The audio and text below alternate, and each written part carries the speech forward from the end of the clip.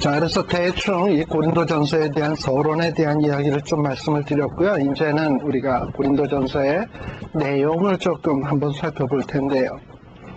우리가 지난 시간까지는 로마서를 살피지 않았습니까? 이 로마서는 상당히 교리적입니다. 그러니까 의가 뭔가, 또 다른 의라는 건 뭔가, 우리가 어떻게 구원을 얻는가, 복음이라는 게 뭔가, 어떤 이런 걸 주로 설명하는 책이 로마서이고요. 반면에 이 고린도서는 어떠냐? 생활에 대한 얘기가 많아요. 그러니까 교회에서 복음을 믿는 사람이, 구원을 받은 사람이 어찌 살아야 마땅한지, 이런 거를 가르쳐 주는 책이 바로 고린도 전후서의 내용이 되게 됩니다. 그래서 어떤 교회의 생활, 교회의 질서, 이런 걸 바로잡기 위해서 기록된 책이 바로 고린도 전서입니다.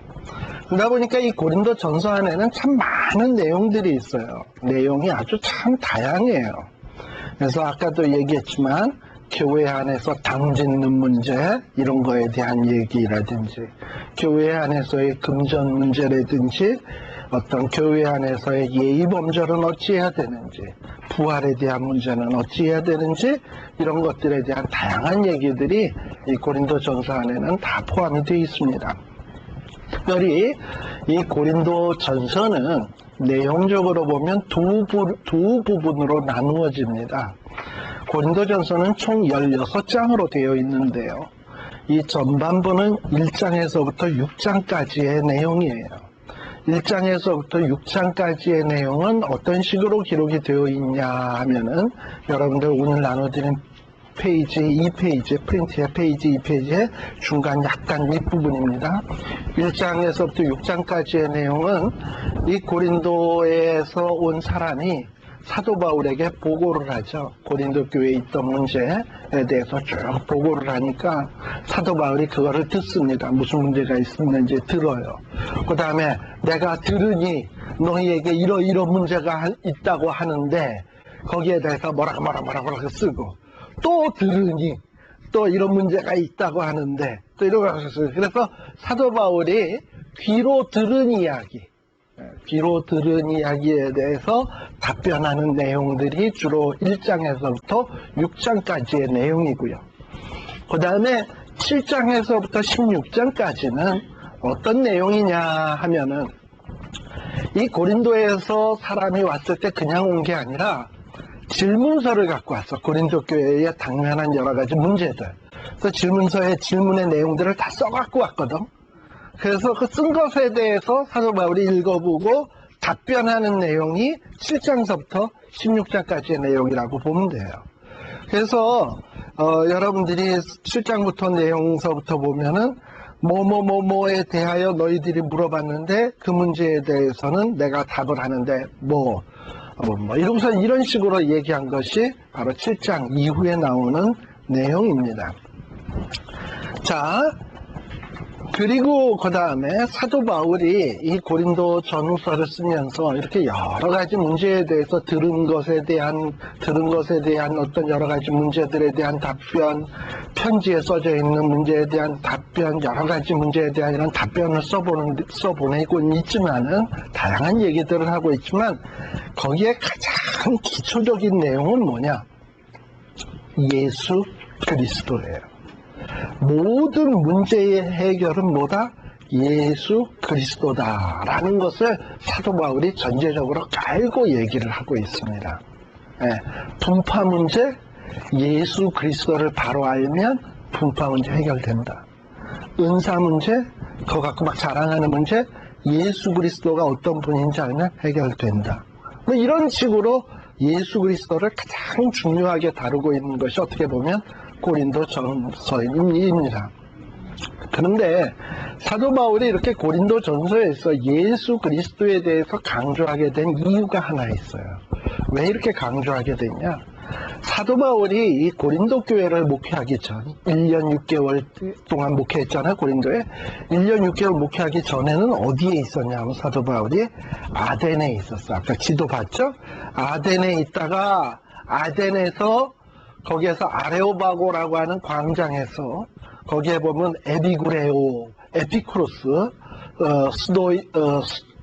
스도이고, 스토아 학파 이런 철학자들하고 아레오바고 그 극장에서 서로 논쟁을 했거든요. 논쟁을 하면서 거기서 복음 증거했는데 그렇게 뭐 철학적으로 논리적으로 막 복음을 증거를 했으면 좀 많은 사람이 예수를 믿었어야 될 거 아니야. 그런데 아덴에서 별 재미가 없었어. 그렇게 사도 바울이 그동안 공부한 지식, 논리적인 지식, 철학적 지식 다 동원해서 복음을 변증하고 설명하고 알기 쉽게 이해시키려고 정말 설명을 잘했다고 생각을 해서 증거를 했는데 불과 예수 믿은 사람이 몇 안 돼. 아덴에서 건진 사람이. 그래가지고 아덴에서를 떠나가지고 고린도로 왔거든요. 그러면서 아마도 사도 바울이 많은 생각을 했던 것 같아요. 마음속에. 복음 증거라는 게 뭐냐? 이게 사람의 말로 하는 것이냐? 논리적으로 설명해서 되는 것이냐? 이성적으로 설명한다고 되는 것이냐에 대해서 깊은 생각을 했던 것 같아요. 그리고 전 사도 바울이 하나 딱 깨달았어. 이 복음을 증거한다는 것은 사람의 말이나 지성이나 이성이나 이런 걸로 하는 게 아니라 예수 그리스도 이걸 증거하면 성령님이 하시는 일이구나 라는 것을 철저하게 깨달았던 것 같습니다. 제가 이걸 조금 설명을 하려면 우리 사도행전 17장을 한번 보셔야 돼요. 이게 사도행전 17장에 보게 되면 사도 바울이 아덴 아까 그 각종 철학 아테네가 뭐 플라톤, 소크라테스 각종 철학의 중심지 아닙니까? 그런데 사도행전 17장에 보게 되면 17장 22절에서부터 31절에 나오는데요.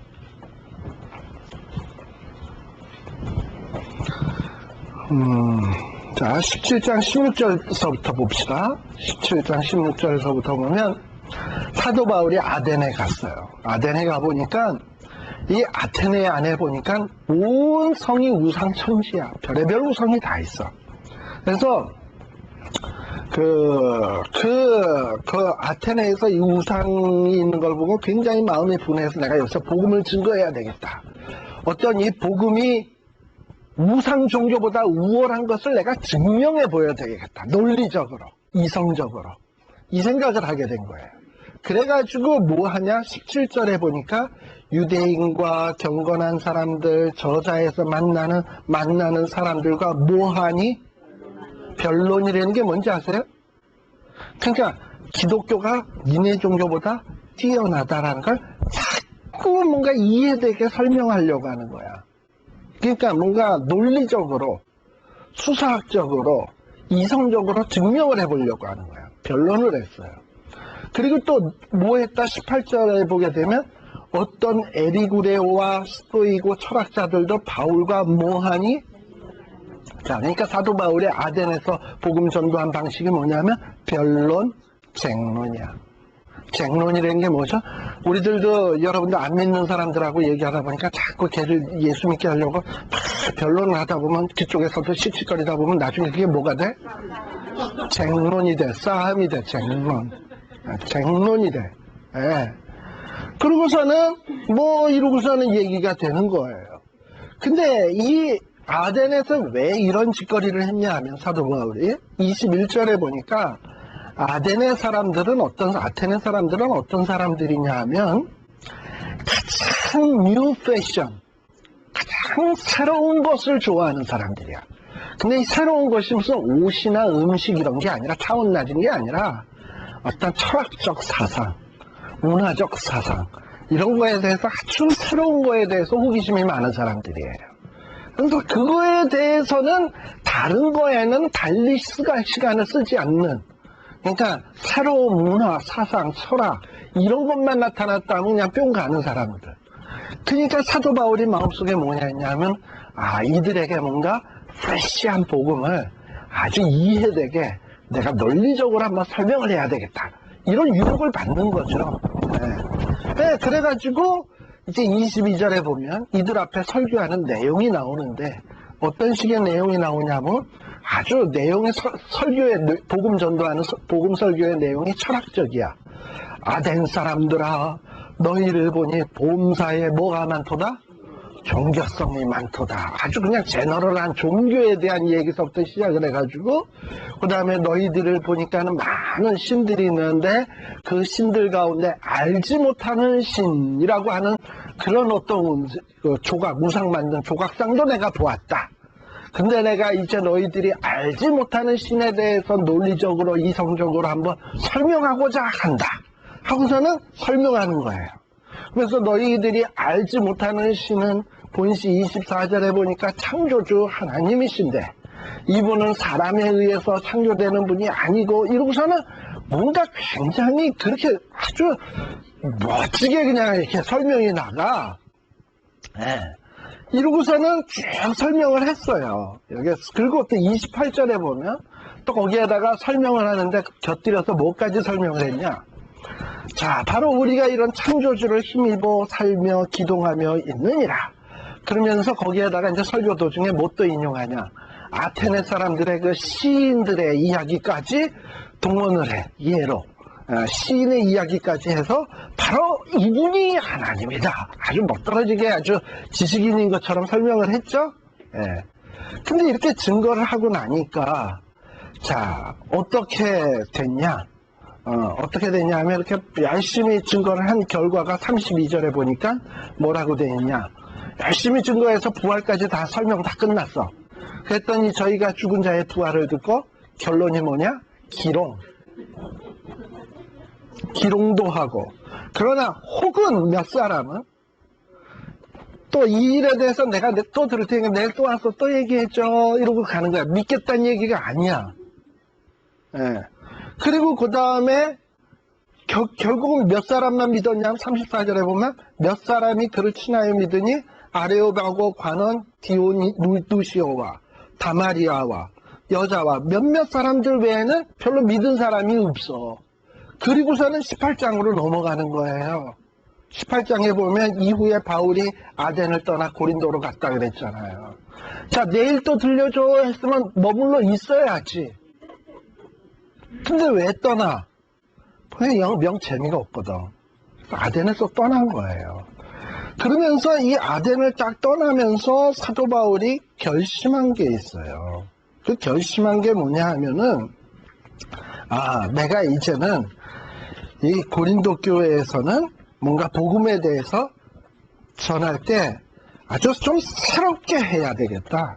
어떤 사람의 언변으로 하는 것이 아니구나 라는 것을 아주 철저하게 깨달아 알게 되었습니다.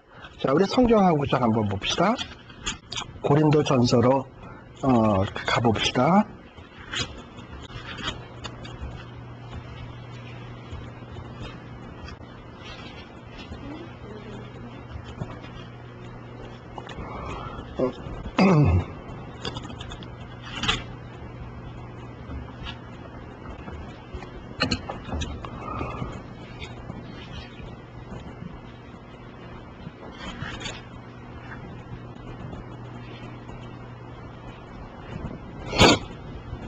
자, 1장 고린도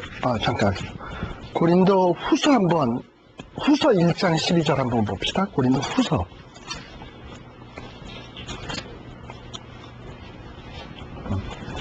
고린도 후서 1장 12절에도 보면은 뭐라고 되어 있냐면, 우리가 세상에서 특별히 너희에게 대하여 뭐 한다? 하나님의 거룩함과 진실함으로 하되 뭐로 아니하고?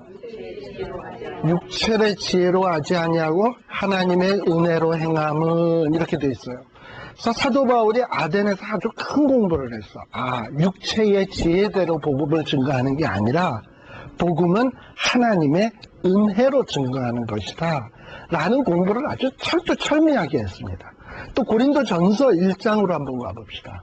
고린도 전서 1장 23절 보세요. 22절부터 봅시다. 고린도전서 1장 22절서부터 보게 되면, 자, 1장 18절서부터도 마찬가지예요. 거기 뭐 쭉 계속 그 얘기인데, 17절. 자, 17절에 보면 사도 바울이 이런 얘기를 합니다. 그리스도께서 나를 보내심은 세례를 주게 하려 하심이 아니요 오직 뭐를 하게 하기, 복음을 전하게 하는 건데, 복음은 어떻게 전해야 된다? 사람의 말에 지혜로 한다? 하지 않는다. 사람의 말에 지혜로 하는 게 아니다. 왜요? 그리스도의 십자가를 헛되지 않게 하기 위해서. 그런데요, 원래 이 아테네 사람들은 뭘 좋아하냐? 새로운 얘기, 지성적인 얘기, 논리적인 얘기, 이상적인 얘기를 좋아하거든요. 근데 이런 사람들에게 와서 사도 바울이 뭘 증거하냐? 십자가의 도. 이것처럼 무식한 얘기가 어디 있습니까? 예수님이 십자가에 죽었대. 근데 그 죽으신 것이 우리의 죄 때문이래. 그게 말이 안 되는 거잖아요. 사실 어떻게 보면. 아니 2000년 전에 죽으신 분하고 나하고 어떻게 무슨 관련이 있냐. 논리적으로 설명이 안 되잖아. 또 유대에서 죽은 분이 어떻게 한국에 있는 나랑 관련이 있냐. 설명이 안 되는 거죠. 이성적으로 이해가 안 되는 거예요. 그러니까 십자가의 도는 지성을 갖고 논리적으로 이성적으로 생각하는 사람에게는 전혀 이건 말이 안 되는 얘기예요. 그래서 십자가의 도가 뭐라고 얘기한다? 멸망하는 사람들에게는 미련하게 보이는 거예요. 그러나 구원을 얻는 사람에게는 하나님의 능력이에요. 네. 그래서 사도 바울이 이걸 깨달은 거예요. 이 사람들에게는 뭐 지혜로 설명하려고 하는 것이 아니라. 자, 또 보세요. 여기 뭐라고 되어 있냐면 22절에 유대인들은 뭔가 하나님을 믿으려고 하는 데 있어서 기적이 일어나면 하나님이 살아계시는구나 하고서 하나님 믿어요. 그래서 계속 끊임없이 표적, 이적만 구해. 그리고 또 누구? 헬라인들은 이성적으로 이해가 돼야 믿어. 그래서 지혜를 구해. 근데 사도 바울이 아덴에서 해봤거든. 지혜적으로 설명을 해봤거든. 근데 뭐 안 돼. 그래서 깨달았어. 그래서 뭘 깨달았냐? 23절에 보게 되면 다 같이 시작.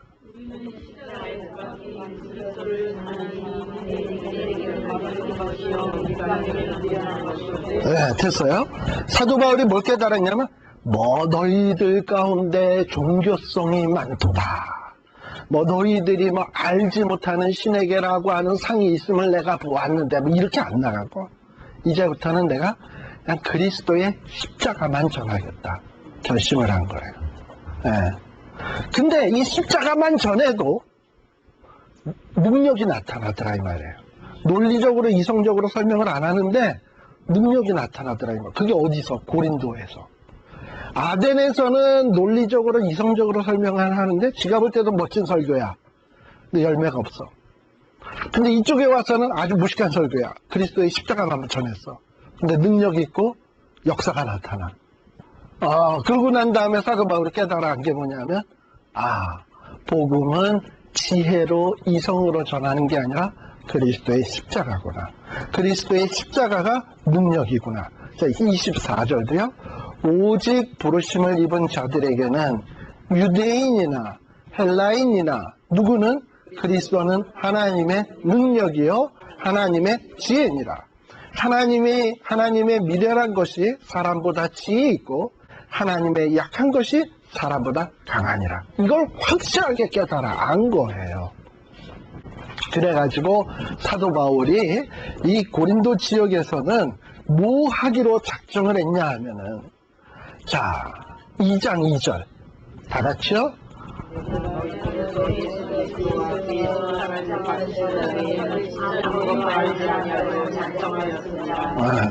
고린도에서 복음 전하는 방식은 아덴하고 달라.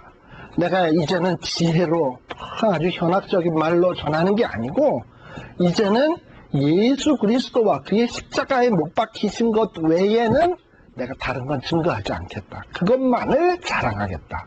그것만을 알기로 하겠다. 라고 작정을 했어요. 이게 사도 바울이에요. 네.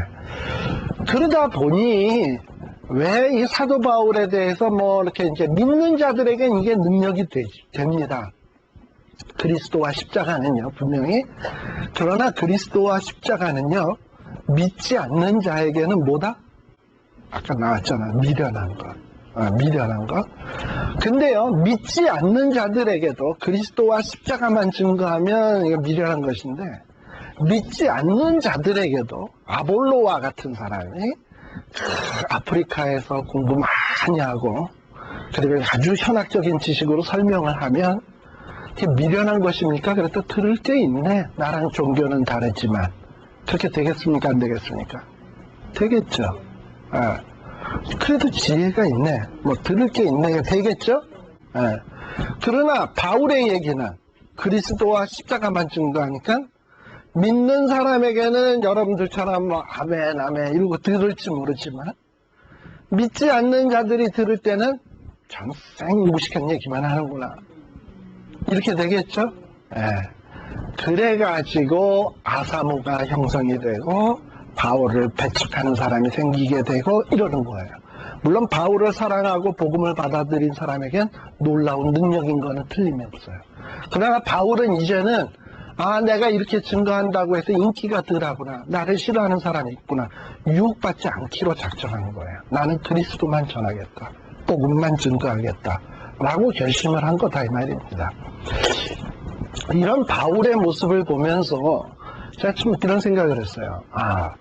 되게 목회자들은 어떤 유혹을 많이 받기 쉬우냐 하면은 가능한 하면 좀 많은 사람들한테 듣기 좋은 소리를 하고 싶어요.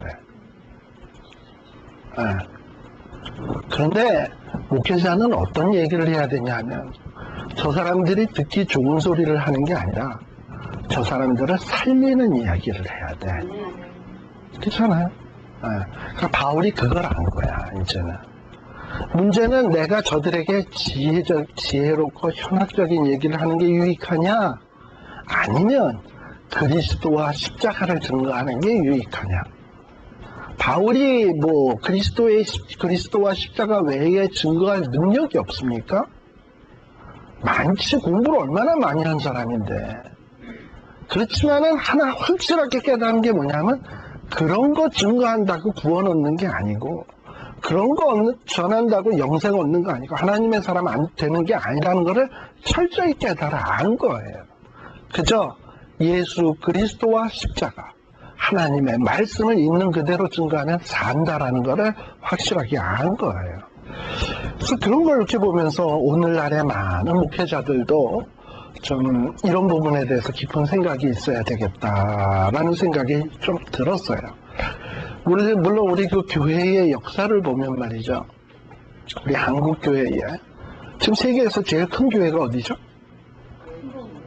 순복음교회, 조영규 목사님 교회.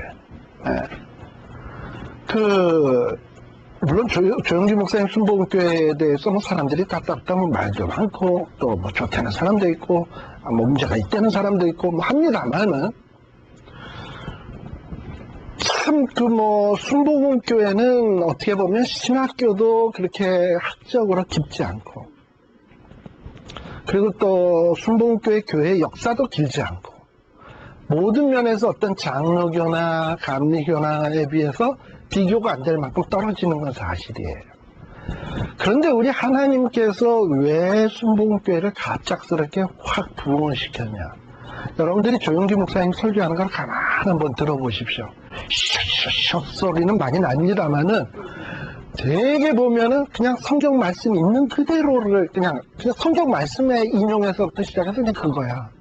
그렇다고 뭐 설교 말씀 내용이 어떤 분의 어떤 그 설교보다 막 깊고 뭐 재밌고 이러냐면 그렇지 않아. 그런데도 불구하고 그냥 거의 성경 구절 인용해서 시작해서 물론 어떻게 인용하느냐 문제일 수도 있습니다만 굉장히 보면 어떤 예수님의 십자가, 성령님의 능력, 부활 이 부분에 대해서 굉장히 이야기를 많이 해요. 어떻게 보면 내용은 너무 심플하고 내용이 없어. 어떻게 보면. 그럼에도 불구하고 능력의 역사가 있잖아. 그래서 교회가 그렇게 컸잖아요. 그런 어떤 교회의 역사가 오늘날 우리에게 하고자 하는 얘기는 뭐냐 이 말이죠. 너희들이 뭐 신학적으로 깊다고 잘난 체 하느냐. 하나님의 능력은 사람의 지혜에 있지 아니하고 말에 있지 아니하고 그리스도와 십자가에 있다. 그 그리스도와 십자가에 하나님의 능력이 나타난다 라는 것을 항변하는 내용이라 이 말이에요. 그래서 우리들이 그걸 여러분들이 잘 깨달아 알아서 나중에 여러분들이 어떤 누구를 전도할 때에 자꾸 변론하려고 그러지 마. 자꾸 쟁론하려고 그러지도 마. 오히려 뭘 해야 되냐면 내가 누구를 전도해야 되겠다 하면 그분을 위해서 기도를 많이 하세요.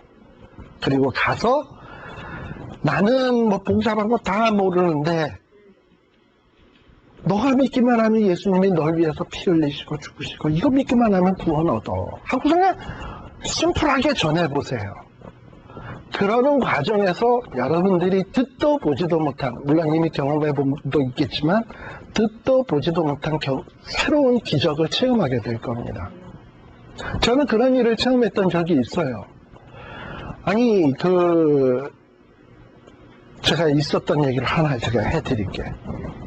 제가 아마 대학 한 2학년 때인가 저희 큰 누이가 저기 김포공항 가는데 보면 옛날에는 김포 가는 그 김포국도 있잖아요. 수도통합병원 있고 쭉 해서 김포대로라고 해서 거기 보면 등촌동이라고 있습니다. 등촌동에 살 텐데 저희 누이 집에 거기 갔다가 집에 이제 돌아오는, 저는 그때 상도동 살아서 노량진에서 버스를 내려야 되는데 근데 거기에서 차를 타고 이렇게 오는데 웬 사람이 그 등촌동 근처에서 제가 차를 타고 한 정거장인가 두 정거장 했는데 어떤 사람이 몸에 흙탕물을 해가지고 술 냄새는 팍팍 풍기는 데다가 가방은 이따만 거를 메고서 나는 탁 타가지고 차 안에서 비트 하면 일로 갔다가 비트 하면 일로 갔다가 이러니까 여자들이 에그머니나 하고서는 다 도망가고 이랬어요. 그랬는데 그때 제가 그냥 차 안에서 이렇게 이걸 딱 잡고서는 비트를 해서 오면 내가 꼭 잡아주고 이러고 이랬어요. 그래서 진짜 저를 의지해서 가게 됐어요. 가는데 저는 이제 내릴 때가 다 돼서 돼가는데 그 아저씨가 노량진이 어디쯤 되는지 좀 가르쳐줘 그러더라고. 그래서 내가 노량진에 내리는데 따라 내리세요. 내가 그랬어요. 좀 내렸죠. 그래서 내렸는데 이 아저씨가 술이 취했다가 퍼뜩 깬 사람 같이 그러더니 자네 나랑 좀 얘기 좀 할 수 있겠나 그러더라고요. 그래서 그래 뭐 또 시간도 있고 해서 뭐 가자 그래서 갔어요. 그래서 이제 어느 식당에 들어가서 밥을 같이 먹으면서 얘기를 하는데 그 사람이 갑자기 자기 얘기를 줄줄 하는데 뭐라고 얘기를 하냐면은 자기 와이프가 있었는데 와이프가 자기가 사우디를 가서 일을 했대요. 열심히 일을 해서 돈을 붙여주고 했는데 어느 날 돌아와 보니까 집도 없고 와이프도 없고 자기가 붙여진 돈도 어디 갔는지 다 없어지고 그렇게 됐더래. 그랬는데 아직 자기가 사우디에서 일한 몫에 대해서 더 찾을 돈이 있어가지고 돈을 찾아가지고 지금 가방 속에다 자기가 오는 중이래. 그러면서 내가 이렇게 되니까 거지로 보이나 그러더라고. 뭐 그런 건 아닌데요. 그랬대. 이 가방 안에 돈이 얼마 있을 것 같으나 하고서는 가방을 딱 펴주는데 10,000원짜리 묶음으로 가득이야. 그걸 나한테 보여줬어요. 이걸 왜 나한테 보여주나. 그러고서 이러면서 근데 이게 다 뭐냐 이거예요. 이 돈이 아무짝에도 쓸모없는 것이고 이게 사람을 행복하게 하는 게 아니래. 참 이 사람 진리를 얘기하는구나. 내가 속으로 그렇게 생각을 하면서 내가 이분한테 그랬죠. 아저씨, 내가 아저씨보다 나이도 훨씬 어리고 다인데 내가 아저씨한테 제일 인생에 있어서 제일 중요한 얘기, 내가 깨달았던 것 중에서 가장 중요한 얘기를 하나 해드릴게요. 아저씨 행복이 없다 그랬는데 행복이 있어요. 예수 믿으세요. 그랬어요. 예수 믿으세요. 예수님이 당신을 사랑하세요. 당신 아내는 버리고 갔는지 모르지만 예수님은 안 버리셔요. 그 얘기를 했더니 이 사람이 갑자기 닭똥 같은 눈물을 뚝뚝뚝뚝뚝뚝 흘리는 거야. 그냥 제 마음에는 그때 무슨 생각에서 그 얘기를 했냐면, 아니 내가 이 사람에게 무슨 도움이 될까, 이 사람이 이런 얘기를 하는데. 근데 그때 퍼뜩 내 마음속에 떠오르는 생각이 뭐냐면, 베드로와 이 요한이 미문에서 나올 때 어떤 안진뱅이가 뭐 돈 달라고 막 이랬을 때, 나는 금과 은은 내게 없지만은 내게 있는 건 내게 준다 하면서 예수 그리스도의 복음에 대해서 가르친 거 아니겠습니까? 저도 그 생각이 그냥 퍼뜩 나서 이 사람에게 줄 수 있는 건 가장 중요한 건 이건 것 같다 해가지고 그냥 그때 그 얘기를 했더니 몇 마디 얘기했더니 이 사람이 눈물을 뚝뚝뚝뚝 흘리면서 내가 이제 알았대. 그러면서 자기가 옛날에 교회를 다녔대네. 중고등학교 때 어렸을 때. 그 교회를 다녔는데 한동안 예수님에 대해서 잊고 살았다는 거예요. 그러다 보니까 이런 일을 당했고. 그리고 이제 자기는 이렇게 돈은 있지만 이 돈은 자기에게 의미가 없고, 그리고 내가 이 돈을 어떻게 사용해야 될지도 이제 알았고, 내가 이제부터 어떻게 살아야 되겠다. 자네를 만나서 너무 고맙다. 저한테 그 얘기를 하고 그렇게 헤어진 적이 있어요. 본 적도 없는 사람이고, 또 내가 그 사람에 대해서 아는 것도 없고, 나이는 나보다 훨씬 나이도 많은 사람이 어떻게 새파랗게 어린애 앞에서 눈물을 뚝뚝 흘리는 그런 일이 일어날 수 있을까? 그건 다른 거 아니에요. 예수 그리스도와 십자가를 그냥 심플하게 전한 거야. 그랬더니 성령 하나님이 역사하시니까 그 등치 크고 그런 사람이 그 어린애 앞에서 눈물 흘리고 별 희한한 그런 일까지도 생기더라 이 말이에요. 그래서 전도는요, 여러분들이 해보면 알겠지만은 전도는 이상해요. 내가 아주 잡혔다 생각했는데 돌아오고요. 기가 막히게 전했다 그랬는데 아무 일도 안 생기고요. 그래요. 네, 그런 거는 해보셔야 얘기할 건덕지가 있어요. 제가 또 하나 말씀드릴 것은 이런 일도 한 번 있었어요. 저는 옛날에 중학교 때 제가 좀 굉장히 아주 이쁘게 신앙생활했을 때가 아마 중학교 2학년, 3학년 때였을 거예요. 성령 충만이라는 거는 저는 그때 신비한 걸로 지금도 마찬가지입니다. 신비한 은사를 받는 게 성령 충만이 아니라, 성령 충만은요, 충만해져서 하나님의 뜻대로 사는 거예요. 그게 충만한 거야. 그래서 그렇게 되면 어떻게 살고 싶으냐 하면 자꾸 하나님이 뭘 원하시나 뭘 기뻐하시나 이게 하고 싶어져. 그랬는데 그때는 뭐가 그렇게 하고 싶었냐 하면 전도가 그렇게 하고 싶었어요. 말씀 전하는 거. 그래가지고 그 중학교 2학년 때 제가 살기를 상도동에 살았는데, 상도동에서 제가 어디까지 학교를 다녔냐면 신당동까지를 다녔습니다. 거리감이 오세요? 1시간이 넘어요. 근데 상도동에서 타면은 서서 가야 돼요. 그런데 정거장을 거꾸로 가서 봉천동에서 갈아타고 가면은 앉아가요. 근데 그때 좌석버스라는 거 있잖아요. 2시간 앉아가는 거. 이렇게 쭉 있는 것도 있잖아요. 2시간 앉아가는 거. 일부러 그걸 타요. 그럼 이제 저는 그 안쪽에 앉아요. 지금 누군가가 제 옆에 앉을 거 아닙니까?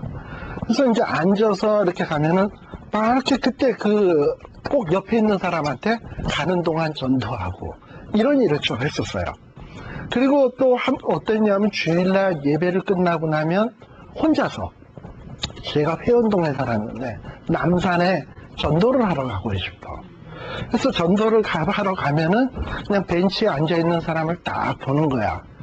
주로 어떤 사람이 타겟이냐 하면은 내 말을 잘 들어줄 것 같은 이쁜 누나. 왜냐하면 남자는 좀 무서워.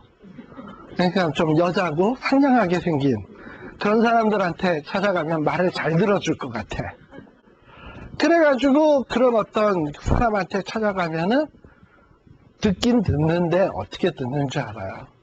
이 어린애가 오죽이 참 이렇게 종교의 광신도가 되었으면 이렇게까지 되었을까? 드러나 주자.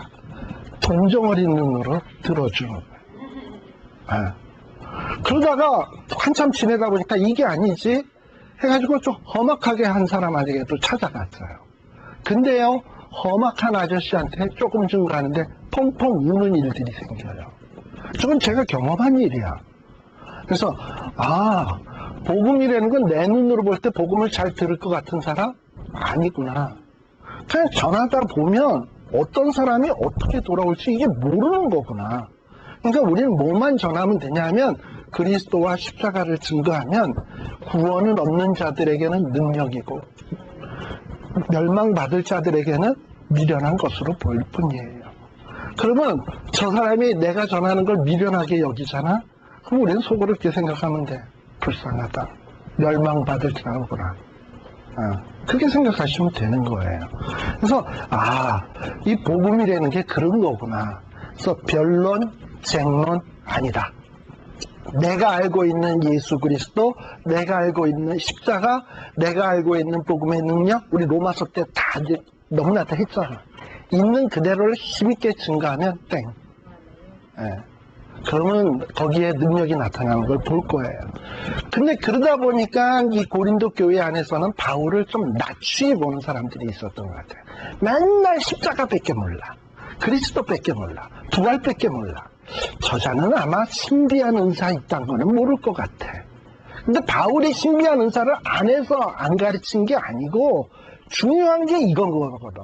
지혜의 말씀을 안 가르친 게 아니고 중요한 게 십자가와 부활과 그리스도거든.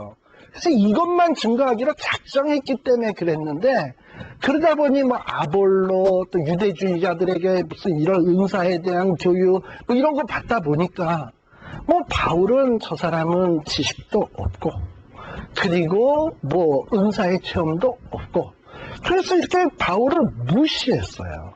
그러다 보니 아까 우리 읽었습니다만 사도 바울이 뭐라 그랬습니까?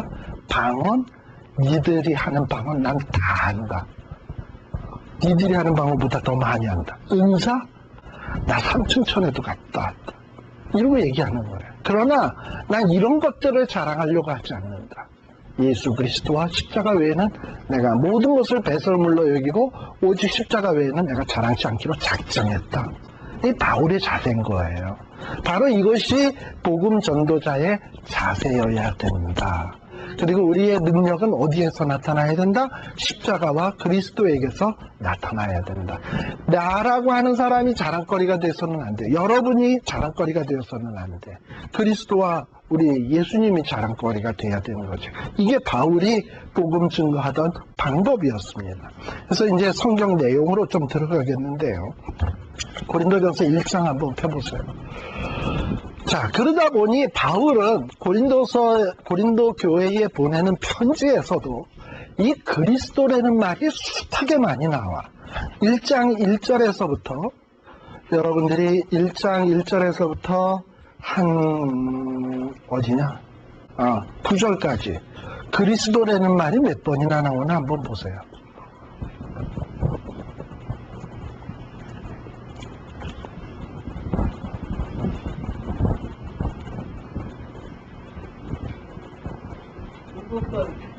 일곱 번? 또 다른 설은요? 총 9번 나와요. 9번. 9번 나와요. 그리스도의 뜻이 뭔지 아세요? 기름 부음 받은 자. 그게 히브리식으로는 뭔지 알아요? 메시아. 기름 부음은 누구한테 주는 줄 아세요? 왕, 제사장, 선지자. 다시 말하면 예수님이 나의 왕이고 나의 제사장이고 나의 선지자다라는 얘기가 그리스도예요. 어떻게 보면 그리스도라는 말은 신앙 고백이나 마찬가지예요. 근데 아무튼 예수님이 나의 왕이다라는 사실, 예수님이 나의 선지자라는 사실, 나의 제사장이라는 사실이 이게 어떤 사실보다도 제일 중요한 거야, 복음에 있어서. 그래서 사도 바울이 이 그리스도에 대한 얘기를 이렇게 강조를 하고 있어요. 자, 왜 이랬냐? 바로 이 그리스도, 이게 제일 중요한 거예요.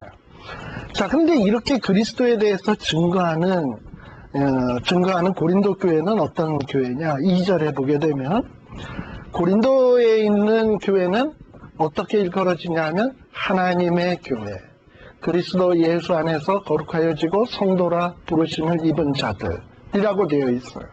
하나님의 교회, 성도는 뭐라고 쓰면 거룩할 성자, 백성도자 써요. 그러니까 거룩한 백성. 근데 고린도 교회가 과연 거룩한 백성이냐 말이지. 제가 아까 얘기했지만 맨날 치고받고 싸워. 지가 받은 게 제일 잘났대. 또 심지어는 음행이 있대. 또 창기와 놀아나. 이게 무슨 성도야. 그죠? 그런데요, 이걸 그리스도와 연결지어서 생각을 해보면 뭐라고 되어 있냐?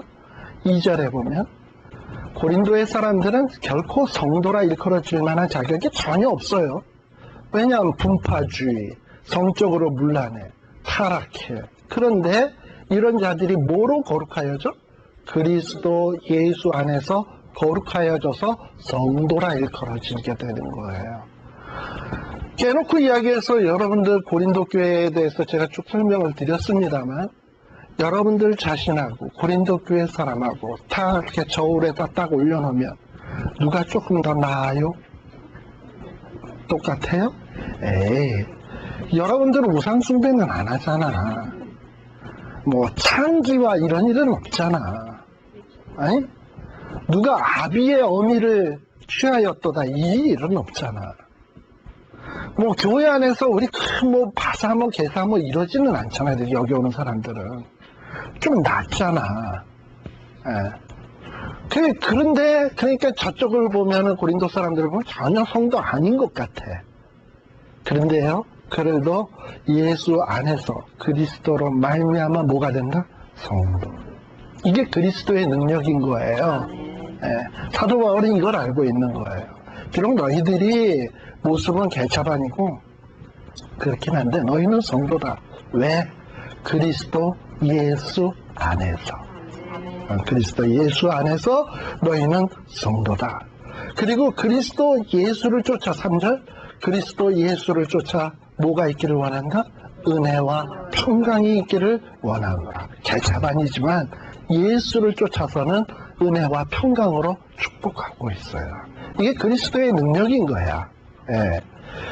그리고 고린도 교회는 얼마나 훌륭한 사람들이냐 하면 5절에 보게 되면 구변, 지식, 아까 풍부하다 그랬죠? 아주 뭐 많아. 은사 7절 은사에도 부족함이 없어. 예. 정말 잘났어요. 예. 그런데요, 이렇게 잘난 교회인데 잘나면 진짜 잘난 것답게 살아야 되는데 10절부터 보게 되니까 사도 바울이 10절, 11절에 보게 되니까 어떤 소식을 듣냐. 특별히 11절에 보면 글로에의 지편으로서 내가 들으니 뭔 말을 들었냐 하면 분쟁의 소식을 들은 거예요. 그래서 10절에 보면 뭐라고 얘기하냐면 너네들 분쟁하지 마라. 뭐 해라? 같은 말을 하고 분쟁이 없이 같은 마음으로 같은 뜻으로 온전히 합하라. 이게 주님이 원하시는 거예요. 이게 왜 주님이 원하시는 거냐? 여러분들 이 그리스도는 뭐냐 하면은 물론 그리스도의 뜻 안에 보면 왕, 제사장, 선지자 있는데 특별히 그 두 번째 얘기한 제사장. 제사장은 뭐 하는 역할입니까? 하나님과 백성 사이를 연결하는 역할이 제사장이에요. 그러니까 원래 죄 많은 백성과 하나님은 함께 할 수가 없어.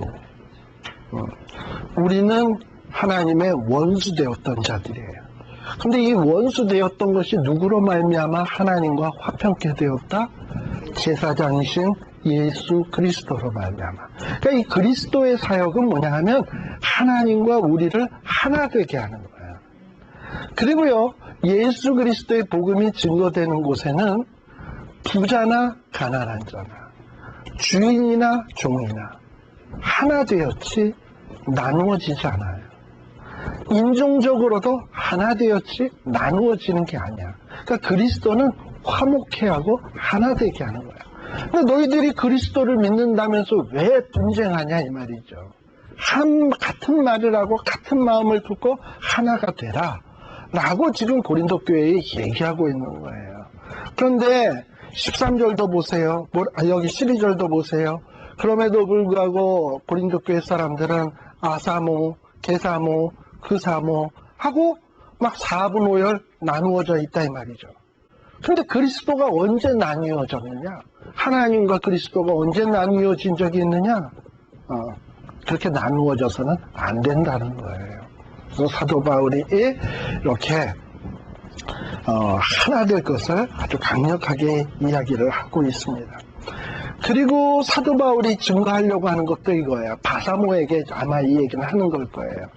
특별히 사도 바울은 바사모 사람들이 바울 자기를 좋아하니까 바사모 사람들을 좀 위할 것 같잖아요. 근데 그러지 않았어요. 뭐라고 얘기하냐? 17절에 보면 그리스도께서 나를 보내심은 세례주로 보낸 것이 아니다. 내가 누구 세례 줘서 바사모를 만들고 내 편을 만들고 하는 게 아니다.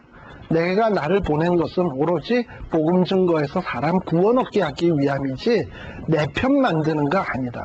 그렇게 만드는 거는 그리스도의 십자가를 헛되게 만드는 거다. 그게 아니다. 그리고 또 많은 사람들은 어떤 예수님에 대해서 복음을 들을 때도 18절에서부터 보게 되면 뭔가 하나님을 믿으면서 표적을 구하고 지혜를 구하고 뭔가 논리적으로 이해되고 무슨 능력을 체험하고 이러기를 원하는데 십자가의 도는 그런 게 아니다. 그런 게 어떤 지혜 구하고 기적 구하는 게 아니고 이 세상의 지혜로 보면 굉장히 미련해 보이고 보잘것없어 보이고 22절에 보면 유대인들은 표적으로 구하지만 복음은 그런 걸로 구하는 게 아니고 그저 십자가 전하고 그리스도 전하면 거기에 능력이 나타나더라 이 말이에요. 네. 그래서 사도 바울이 결심하게 된 게 십자가와 그리스도만을 증거해야 되겠다라고 작심을 했습니다. 그래서 나머지 부분은 아까 조금 전에 살폈어요. 십자가가 유대인에게는 거리끼는 것이요 유대인에게는 미련한 것이요. 그리고 31절에 보면 기록된 바 자랑하는 자는 누구를 자랑해라? 주 안에서 자랑하라 함과 같게 하려 함이라. 왜 이런 얘기를 하느냐 하면 이제 이해가 되실 거예요. 고린도 교회 사람들은 조금 지혜 있으면 지혜 자랑하지, 부자면 부자 자랑하지, 은사 받았으면 은사 자랑하지. 이러니까 주 안에서 자랑하라. 네. 그리고 사도 바울도 어떻게 결심을 했냐? 2장에도 보게 되면 아까 얘기했습니다만 형제들아 내가 너희에 나아가 하나님의 증거를 전할 때에 어떻게 하겠다? 말과 지혜의 아름다운 것으로 아니하였었나니. 어디에서는 이렇게 증거했어요? 아테네에서는. 네, 그러나 여기서는 그렇게 안 해. 어떻게 증거한다? 내가 너희 중에서 예수 그리스도와 그의 십자가에 못 박히신 것 외에는 아무것도 알지 아니하기로 작정하였다. 그랬는데 이렇게 했는데도 불구하고요. 4절에 보면 어떤 일들이 일어났냐 하면 성령의 나타남이 있고요. 능력이 있더라 이 말이에요. 사람의 지혜의 말로 안 했는데도 불구하고 십자가와 그리스도에 대해서 얘기를 했는데도 성령의 나타남이 있고 능력이 있고 막 이래요. 그리고 그렇게 증거하는 것은 6절부터 보게 되면 이건 세상의 지혜가 아닌 거야. 그러니까 세상의 관원의 지혜도 아닌 거야. 참 세상 사람들이 볼 땐 무식하게 보이지만 하나님의 심오한 지혜인 거야. 이거를 확실하게 깨달아 알게 된 겁니다.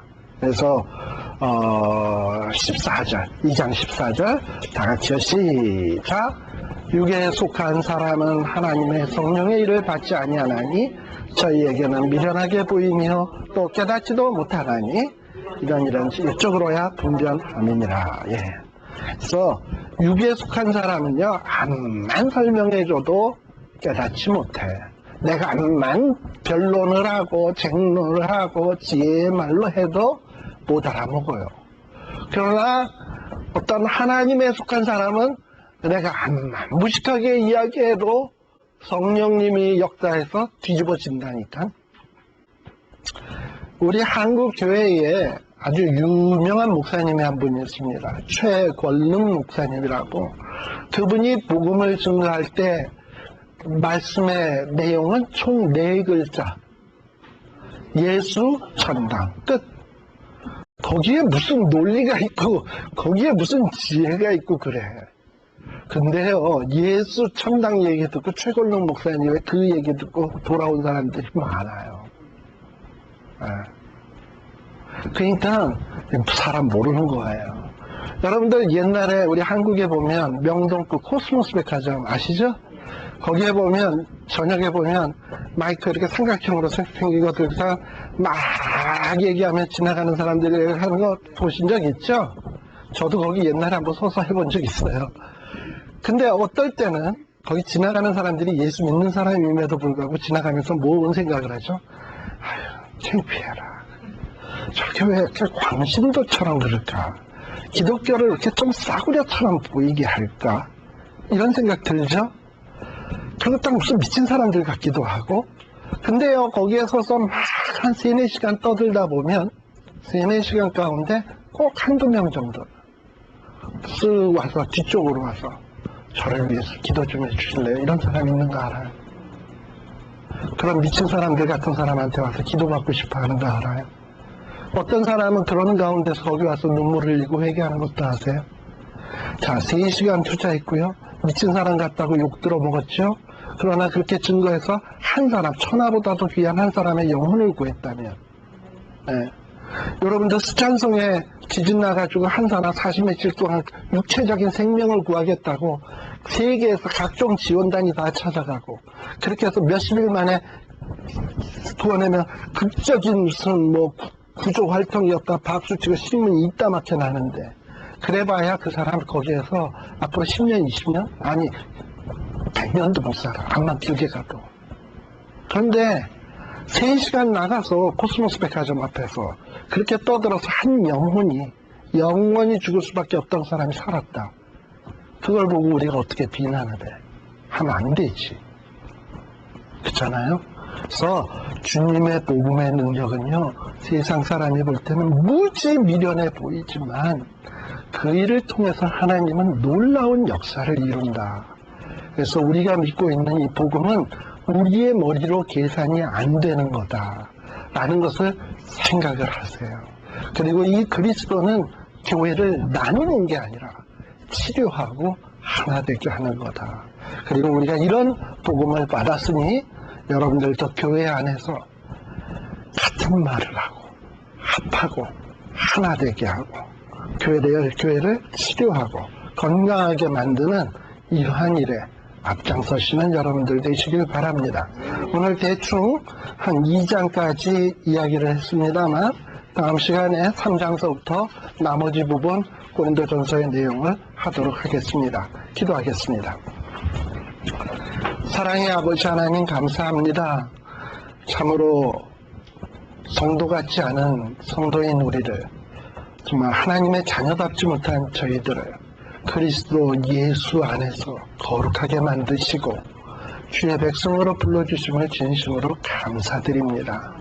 아버지 하나님으로 큰 은혜 받았사오니 우리들도 사도 바울처럼 이 복음 증거하지 아니하고서는 견딜 수 없는 마음들을 우리에게 허락하여 주시옵시고, 어떠한 사람의 말과 나의 얄팍한 지식과 또 나의 좁은 소견으로서 이렇게 증거하려고 하기보다는 그저 성령님의 능력을 믿고 담대하게 내가 만난 예수님, 내가 만난 십자가, 내가 만난 그리스도, 만나는 이들에게 힘있게 증거할 수 있는 저희들 되게 하여 주시옵소서. 그때에 나타나는 놀라운 능력들을 우리 눈으로 보게 하시고 체험하게 하시고 더 깊은 신앙의 경지로 나아갈 수 있는 은혜들을 허락하여 주시옵소서. 예수님 이름으로 기도드리옵나이다. 아멘. 수고하셨습니다. 마치겠습니다.